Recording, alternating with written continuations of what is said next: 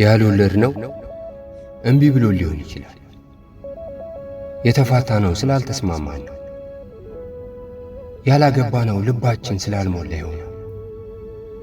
ውጪ ያልሄድነው ፕሮሰሱ ፌር አድርጎ ነው፣ አሊያም ተጓቶ ነው። ከጎናችን ከማጠፋው ልጅ ጋር ከጎናችን ከማይጠፋው ልጅ ጋር ተለያይተን ነው። ልጅ ያልደገምነው ወይ ኑሮ ከብዶን ነው፣ ወይም ቢብሎን ነው፣ ወይ ተስማምተን ነው። ገብሱን ማውራት ልመዱ። እንዳላየናችሁ መሄድ ሰልችቶ ነው። የቸኮልን የምንመስለው ሆን ብለን ነው።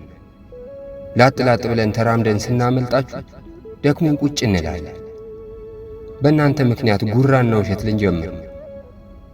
ስልጡን ሰው ኑሮና ህመም ውስጥ ሳያንኳኳ ሳያስፈቅድ ዘው አይልም፣ ግድ ካልሆነበት።